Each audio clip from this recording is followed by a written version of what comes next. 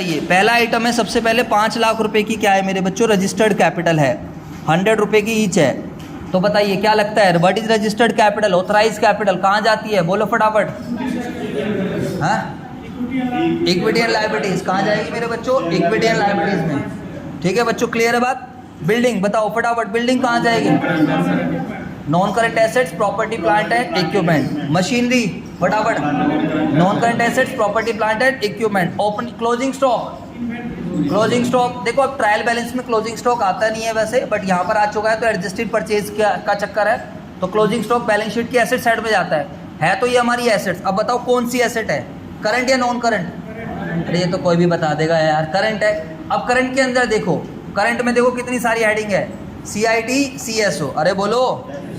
तो करंट के अंदर क्या आएगा फटाफट बताओ, इन्वेंट्री। ठीक है, परचेज, परचेज हमारा क्या होता है याद करो, परचेज क्या है, एक्सपेंस या asset.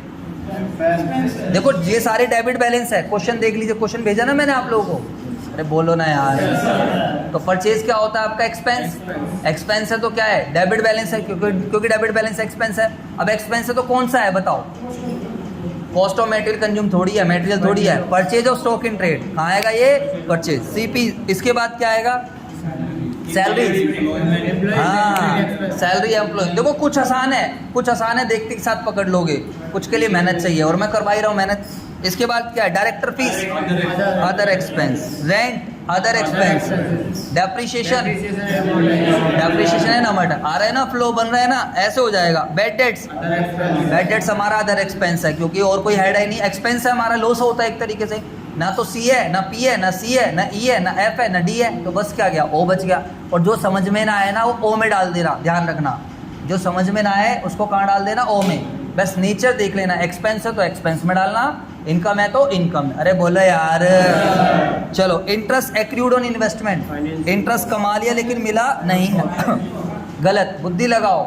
This is not expense, accrued word use कर रहा है, आप जल्दबाजी में हो। एक्रूड, इंटरेस्ट कमा लिया लेकिन मिला नहीं है, मिलना भी बाकी है, ये हमारी अदर करंट एसेट्स है, समझ में आया। इंटरेस्ट कमा लिया, खर्चा नहीं है, अगर खर्चा होता तो बिल्कुल सही था, खर्चा होता तो कहाँ जाता फटाफट बताओ, फाइनेंस कॉस्ट में, but this is not expense. चलो सर, ये इन्वेस्टमेंट है, हमने 12,000 शेयर खरीद रखे हैं, एक्स के 1,20,000 रुपये के, जो भी है 8 पे। तो बताइए सारे बच्चे इसका मतलब क्या है, फटाफट बताइए सारे बच्चे। सर सर सर इसका मतलब है, क्या बोलते हैं, इन्वेस्टमेंट है यार। इन्वेस्टमेंट क्या होती है, नॉन करंट इन्वेस्टमेंट, अरे बोलो। जब कभी भी क्वेश्चन साइलेंट रहेगा तो हमेशा इन्वेस्टमेंट कैसे मानेंगे हम, लॉन्ग टर्म, तो non current assets, non current investment. इसके बाद बताइए सारे बच्चे, डिबेंचर इंटरेस्ट, फाइनेंस कॉस्ट, बहुत बढ़िया। Loose tools, current assets, inventories, advance tax, इसको हम एंड में डील कर लेंगे, वैसे short term loans and advances में डाला हुआ है ये। उसके अलावा बताइए sundry expenses, sundry expense, other current liabilities, debit balance है, डेबिट बैलेंस तो कभी लायबिलिटी हो ही नहीं सकती है, एक्सपेंस है, और एक्सपेंसेस में अदर एक्सपेंस है, अरे बोल दो।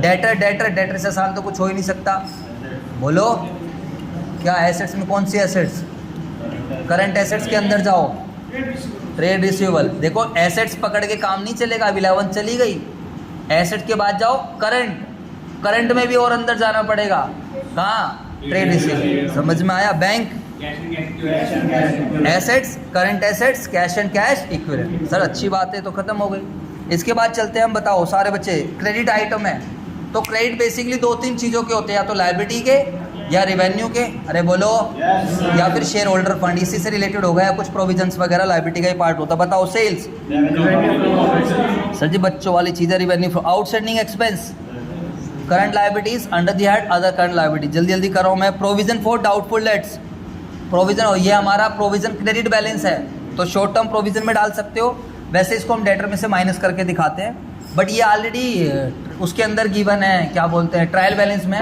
तो डेटर में से माइनस नहीं होगा क्योंकि ऑलरेडी एडजस्ट हो चुका है। इसका ट्रीटमेंट करेंगे जब क्वेश्चन कराऊंगा। इक्विटी शेयर कैपिटल, बच्चों वाली चीज़, share capital, share holders fund, share capital, बहुत बढ़िया। General reserve, reserve and surplus, बहुत बढ़िया। P&L बताओ, reserve and surplus, opening balance, creditors, current liabilities, trade payables, provision for depreciation, इसको हम एसेट में से माइनस करेंगे, नहीं डेप्रिसिएशन एंड अमोर्टाइजेशन नहीं है, एक अलग चीज। 14% debenture, long term, non current liabilities, long term borrowings, interest on debenture, interest on debenture, अबे यार कैसी बात कर रहे हैं। अच्छा, interest on debenture accrued but not due लिखा है, पूरा नहीं पढ़ा मैंने, क्योंकि इंटरेस्ट ऑन डिबेंचर के तो डेबिट बैलेंस हो गए, एक्रूड एंड ड्यू बस कर रहा हूँ छुट्टी। Interest on debenture accrued but not, मतलब पेमेंट नहीं करी, दिस इज करंट लायबिलिटीज। ये क्या है बच्चों बताओ? Current liabilities. पेमेंट नहीं करी ना, अभी पेमेंट करनी बाकी, करंट लायबिलिटीज में under that other current liabilities. Interest on investment, investment पे इंटरेस्ट कमाया, क्रेडिट बैलेंस है, अरे जवाब दो। और इंटरेस्ट कमाया तो अदर इनकम, समझ में आया? अरे बोल दो। अनक्लेम डिविडेंड, अनक्लेम डिविडेंड कहाँ आएगा? Current liabilities under that other current liabilities. ठीक है बच्चों।